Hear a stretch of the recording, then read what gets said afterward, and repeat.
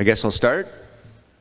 I was asked to give a talk on the cave-related geology of the Bob Marshall Wilderness area.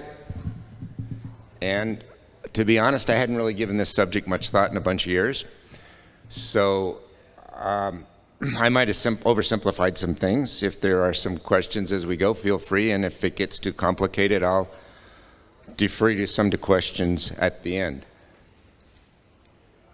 This is a picture of me and Doug Powell in the early 1980s at the entrance of Moonray Cave on the south cirque of Silvertip Peak. It was at this point in my life that I'd finally realized that the best caves were in limestone. Prior to this, in my teenage years, I was not only looking for love in all the wrong places, I was looking for caves in all the wrong places. As Doug and I would move from the south cirque, or the north cirque to the south cirque, we'd cross this pass, and I'd look down into the Bob Marshall Wilderness, and I'd just see all this wonderful limestone. I thought, man, there must be caves everywhere. Well, it turns out that at that point in my life, I didn't realize that not all limestones are created equally. Much later, in the early or the late 1990s, we started looking for caves in the Bob Marshall Wilderness. And at this point, I was a lot paunchier. So I wasn't able to fit into some of the tighter caves. And I had a lot more time to think about why the caves are there and why they are the way they are.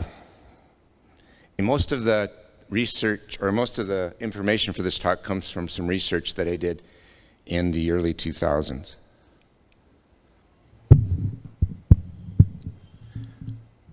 Just to give you an idea where we're talking about,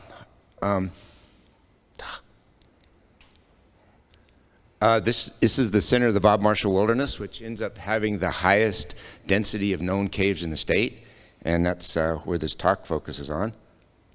This is a Google image of the same area, give you a little orientation. Flathead Lake's right here, Kalispell's up here. This would be Silvertip Peak and Scapegoat Plateau down here. It turns out this whole hunk of land here used to sit somewhere over here and slid this way, and when it came to rest, it created a bunch of faults along the front here, faults along the back, and this middle part, which I'm going to concentrate on, was bent into a big U shape. I'll talk a little bit more about that structure later. But first, a little bit on the cave-forming rock layers. I'm having some challenges with this clicker. This is a 3D map that one of my students created for the center of the Bob Marshall Wilderness. If you notice over here, there's some stars next to the key. The darker the star is, the better it is at forming caves. I'm going to go into each one of the rock layers that form caves just a little bit, but before I go there, oh, wait a minute, not before I go there. You'll notice on this map that you can see, this would be Turtlehead Mountain area, and this is Silvertip Peak. There's some layers that just have a ton of caves, and there's some layers that don't have any, and there's some that have a few.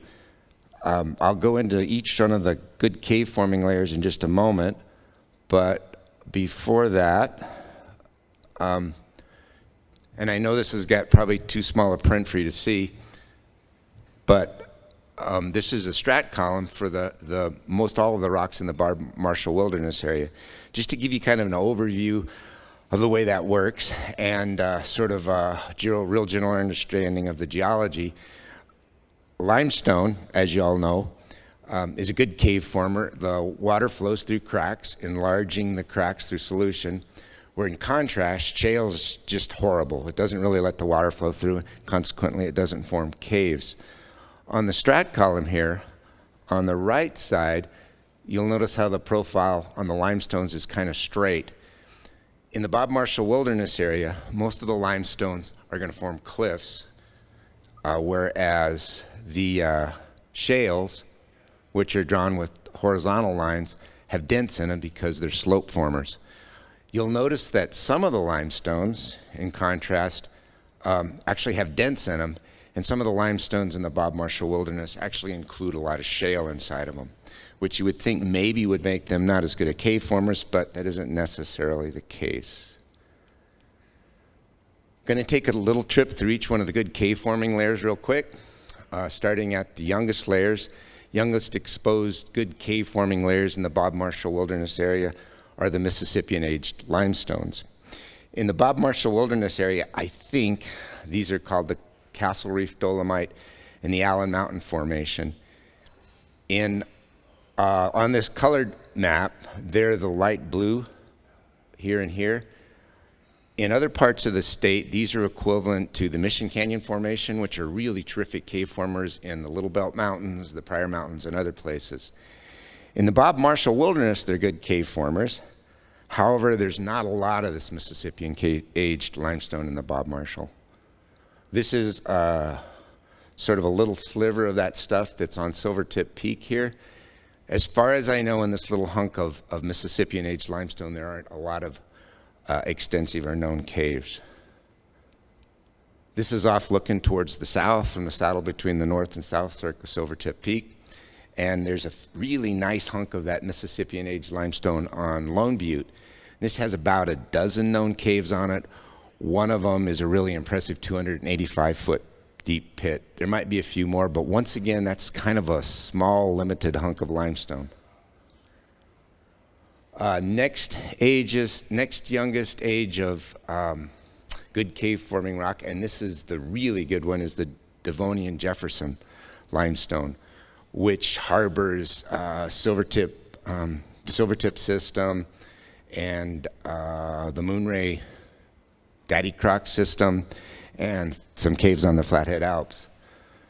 On this map, it's drawn in tan, and interestingly, and I'm not absolutely sure about this, but Noel Campbell told me that there's really only one other good place in the state that this makes good caves, and that's down by Dillon, where it creates the French Creek Cave. Looking in at Silvertip Peak, you can see the hunk of Devonian Jefferson limestone. I forgot the T. Interestingly, and my student didn't put this on the colored map, this would be the Mississippian aged limestone here. And there's actually a Devonian aged layer of rock here called the Three Forks Formation, which consists of kind of thin beds of limestone and shale. And there's a few caves in that, but none of them are very big or very deep. This is kind of the caver's wet dream. As you stand there on the pass between the north and south cirque, you can see all this Devonian Jefferson limestone. Recently, Dustin has found a lot of incredible caves on that plateau right in front there on the south cirque. There's an apron that surrounds Lone Butte that's also to some extent explored, but there's a lot of good stuff that's going to be probably discovered there in the future. And beyond that, not marked on the map, is some more Jefferson limestone over there by Junction Mountain. Going a little deeper, the next set of limestones are the Cambrian age limestones. These include the Steamboat limestone, which is drawn in teal, the Pagoda limestone, which is purple, and the Dearborn limestone, which is lavender. Start with the Dearborn. It's a really nice pure limestone. It has some really, really nice caves in it. In other parts of the state, I think this is equivalent to what's called the Mar limestone, which is where Mill Creek Crystal Cave is in.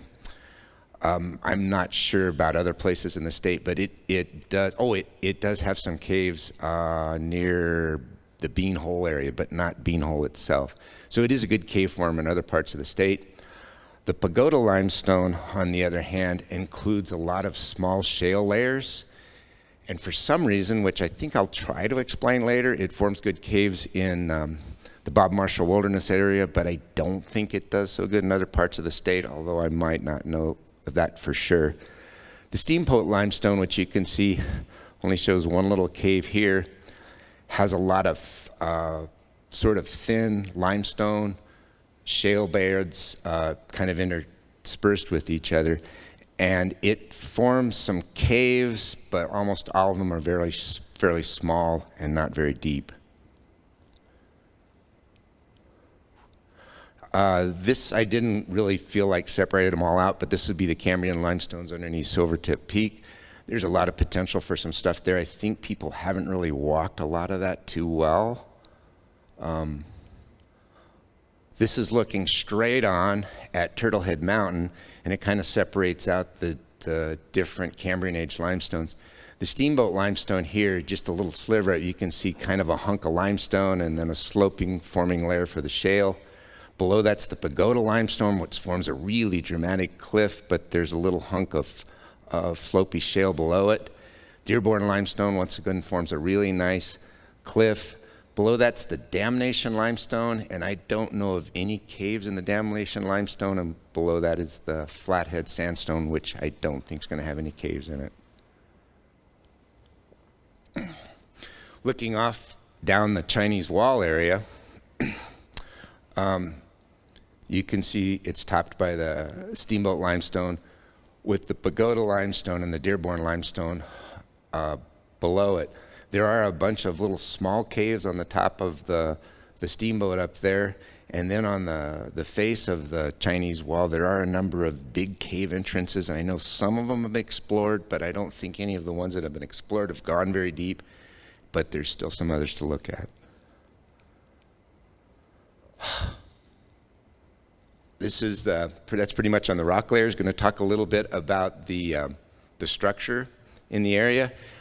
Probably a review for most of you, but the layers are bent into a big U, which is called a syncline, and in the Bob Marshall area, it's called formerly the Continental Divide syncline.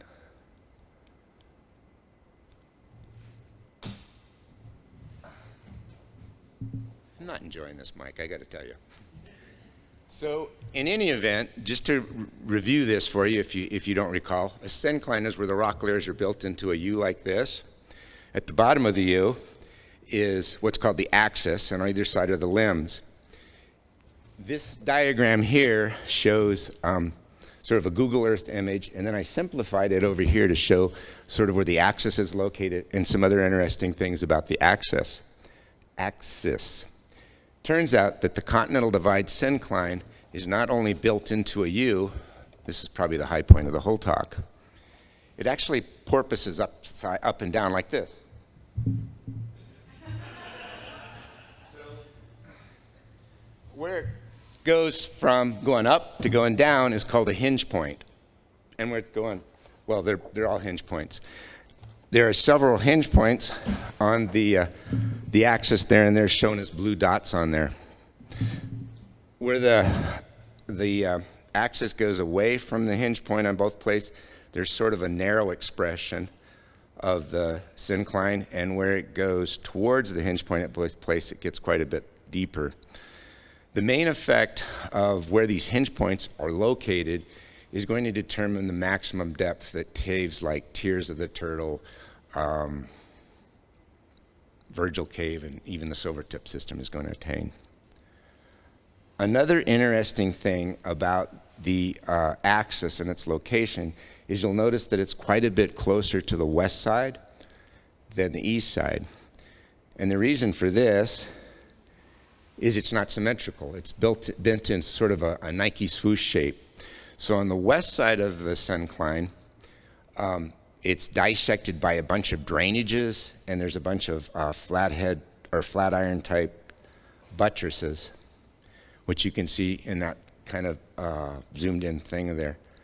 The effect of this in terms of cave formation, and this is looking straight on at Turtlehead Mountain, is these down trending drainages expose the layers sort of in U's that the water can then get into the limestone easier to form caves. Whereas in contrast, on the east side of the syncline, it's capped by the Steamboat limestone all the top, and there's hardly any drainages that dissect it, making it harder for it to get into the Pagoda and Dearborn limestone, which seem to be better cave formers. Enough big structure, going to go into a few quirks of geology that shape and kind of place the caves.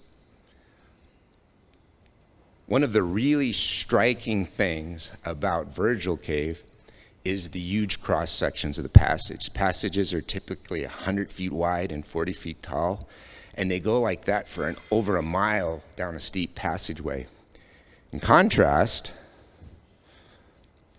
most all of the other caves in the Turtlehead Mountain area are steep, tight canyon passages that are kind of miserable to negotiate. This set of cross sections shows sort of a comparison of some of the caves in the area.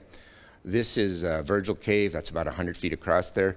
Tears of the Turtle, cave that Summer forgot. Tickle Me Turtle Cave, and Love Lost Caves, all dramatically different from the shape of the cross sections in Virgil Cave. Whoops. In explanation of why the cross sections in Virgil Cave are so big, it kind of helps to look at where the cave is situated in terms of the different subunits of the pagoda limestone.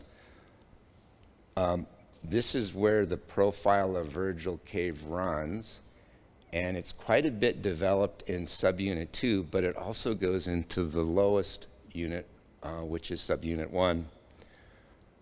If you look at that on the surface, you can see that. If you can imagine, this is Virgil Cave entrance. This is the lowest subunit, and the cave extends kind of along this direction here, staying at that pretty much same elevation in the pagoda. What's going on there is this one has a whole lot more shale in it, and that's why it forms a slope, where these are more limestone. They still have quite a bit of shale in them, but they've got a lot more limestone in them. In Virgil Cave, actually the first few hundred feet of passage are a steep, narrow, tight canyon passage. But when it breaks into the Aurora Room, it goes from subunit 1 to subunit 2. So as the passage was being cut through there, what it wanted to do in subunit 1 was form a slope. But it couldn't create a slope that went outward, so the slope went inward. And as it was cut deeper and deeper into subunit 1, this would cause the ceiling, which was subunit U, to collapse into the cave, causing the wider and wider passages. I hope that makes sense. Another interesting factor are the caves in the Turtlehead Mountain area, and these are called rose diagrams. What they do is they plot the trend of surveyed passages in the cave. You can see that a lot of the passages are going right down the bed dip, which would be going down the dip of the syncline lane. So this would be Virgil Cave, and it's going a little bit off when it hits the strike of a thrust fault. Here's Tears of the Turtle Cave, almost all going straight down the dip of the limestone. Here's Love Lost Cave. These three caves are in the pagoda, and they're almost all diving down that dip. Whereas these that are in the Dearborn have a little bit more variation, but they still seem to really like to go down that dip. Just to kind of emphasize that a little bit more, these are the entrances to Tickle Me Turtle Cave. If you can imagine the cave kind of being connected between these dots, it pretty much stays in that same elevation of the pagoda limestone. This is a profile of Love Lost Cave. And once again, the roof is almost sandwiched between these two different things, so that it's staying at the same elevation in that particular limestone. What might have happened when these caves were forming is there was one particularly extremely permeable layer that geologists have called an inception horizon, and the water was able to enter that layer and flow down that layer almost straight down the dip as it initially started to form the cave, instead of maybe forming more vertical joints or something like that. You can, this would be one last thing about some interesting features of the way the cave is. Whenever the caves in the Dearborn or the Turtlehead Mountain area cross a thrust fault, they either follow the thrust fault for a little bit, like down here, or they make a pit. This diagram shows how pits might have formed in that situation if they were following an inception horizon. The water would have been pretty much filling the whole passage, going like this. When it hits the thrust fault, it backs back underneath and then trends back down the inception horizon. more solution would enlarge that quite a bit, creating this large overhang, which eventually would collapse and create a pit. Last thing I'm going to talk about a little bit is the placement of these caves and how successive glacial advances would have affected where these caves are located. Initially, and this is maybe a little controversy, I think the caves probably formed prior to glaciation underneath some steep, tight canyons, as in the first diagram. As the glaciers came into the area, they would have widened the valleys out, making them more bowl-shaped. And successive glaciations, by the way, I forgot to mention this, the geologists placed there being 4 major glacial advances during the Pleistocene area, but in the northern part, northern latitudes, at high latitudes, some geologists suggest that there might have been as many as 9 glacial advances. So there's a lot of this sort of reshaping the valleys as they go. Anyways, progressive glacial advances, what happens is the glacier starts to, erode the north side more dramatically because the glacier doesn't melt as fast on the north side, and you get these steep cliffs on the north side and more of a sloping side or sloping expression on the south side. The effect of this would have been in the Turtlehead Mountain area is the caves are now located more or less not under the drainages but underneath the ridges, and the entrances are left hanging on the walls of cliffs. You can kind of see the shape of the valleys left by the glaciers in this picture. Here would be the sloping south-facing slopes of the valley, and here's the steep north face. Interestingly, you can see the snow lingering underneath that north face, as would the glaciers would have. Some of the passages seem to trend a little bit underneath the valleys in the area, and I think this might have happened when it first started dissecting the valleys. It might have connected passages, or it might have connected passages that went from one valley to another. As the glaciers eroded that out, there'd just be remnants of these valley passages left. If you look at the map at Doubleday Cave, if you can imagine going from left to right, this is heading down the dip of the syncline, or the dip of the syncline limb, and this would be heading across it. These would be the passages that these passages here might have been the passages that were formed when the canyons were first cut, connecting one canyon to another. This is a profile that looks across the syncline limb, accentuating the passages that are going down the dip of the syncline limb. If you look at those passages, almost all of them are canyon-shaped. Whereas in contrast, passages that go, this is a profile that looks down the dip of the syncline. So passages that are going down the dip would be more horizontal, like this, or they'd be almost vertical, and these would be the ones that are going across the syncline limb. Passages that go across the syncline limb, in contrast, have more of a phreatic shape, as if they were filled with water, maybe as the cave was first forming. This is a picture.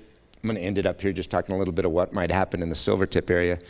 In the Turtlehead Mountain area, the caves are located more on the limb of the syncline, where in the Silvertip area, they're almost all on the axis of the syncline. So if you can imagine this period where they were formed phreatically, where they're forming those rounder passages, and then later on it cuts a canyon in them, it would superimpose these type of passages on top of each other. Maybe these near the axis passages represent different elevations controlled by glacial drains. And these glacial drains might have been the phreatic passages like this that were later cut by canyons. Kind of wild speculation. Be kind of neat to map those out and then actually date some formations to see, if we could figure out some sort of evolutionary history for the caves in the Silvertip area. Good ones to date wouldn't be those ones I just showed in the other picture. They'd be some more massive ones that have been undercut by streams. That's pretty much it. I just thought I'd show a picture of Flathead Alps Cave to close it. Flathead's Alps Cave cuts almost all the way through the Devonian Jefferson limestone. I'm not entirely sure why it does that. In the area there's just lots of cool looking limestone. We spent a little bit of time there, found a few caves, but there's a lot to find. So hopefully that inspires you to go out looking, and thanks for listening.